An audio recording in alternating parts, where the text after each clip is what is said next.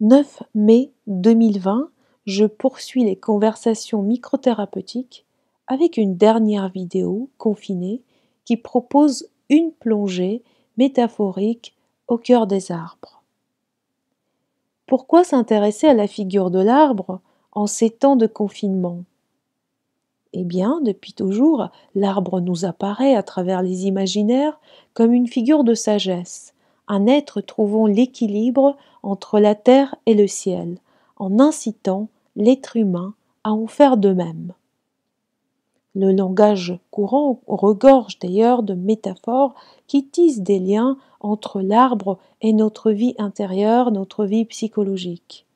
Par exemple, l'écrivain Michel Tournier déclare: plus vous voulez vous élever, plus il vous faut avoir les pieds sur terre. Chaque arbre vous le dit. L'arbre nous parle. L'arbre nous murmure discrètement sa sagesse au gré des vents parfois troubles.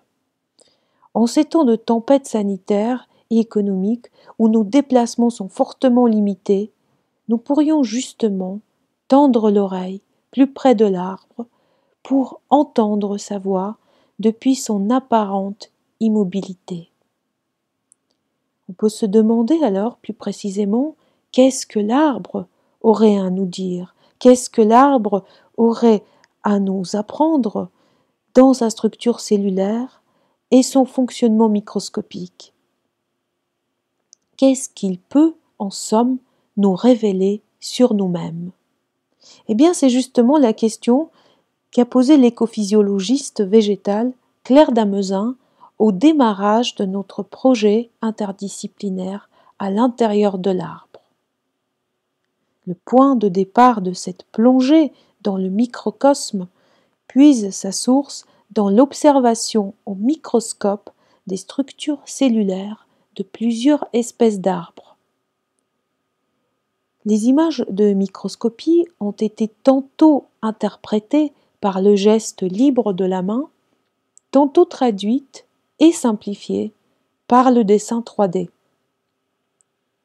L'intimité des arbres se dévoile, se donne à voir comme une véritable architecture du vivant, dont chaque dessin serait ici la variation. Que nous révèle donc cette structure cellulaire de l'arbre sur nous-mêmes? Tout d'abord, elle nous rappelle à quel point toute solidité extérieure, toute solidité apparente n'est possible qu'à partir d'une organisation harmonieuse intérieure où chaque élément participerait à la croissance de l'ensemble de l'organisme. Le caractère stable et solide de l'arbre face aux tempêtes ne provient donc pas seulement de son ancrage au sol par les racines, mais aussi de cette organisation très élaborée des cellules. L'arbre nous rappelle ainsi à quel point il est important de trouver ses racines en soi-même, de bâtir une structure intérieure organisée pour pouvoir faire face aux turbulences et diverses nuisances extérieures. Chaque cerne permettant à l'arbre de grandir depuis son centre vers la périphérie, nous le dit à sa manière. L'arbre nous renvoie à la nécessité pour chaque être humain d'être pleinement centré pour trouver la stabilité intérieure invisible et à partir de celle-ci se construire, se déployer, c'est-à-dire élargir sa conscience à partir de son centre. Portez-vous bien, enracinez-vous au plus profond, quelles que soient les tempêtes, pour tendre à la manière d'un arbre vers le ciel et son immensité. À très bientôt au gré des vents pour d'autres expériences microthérapeutiques qui, je l'espère, seront déconfinées. À bientôt.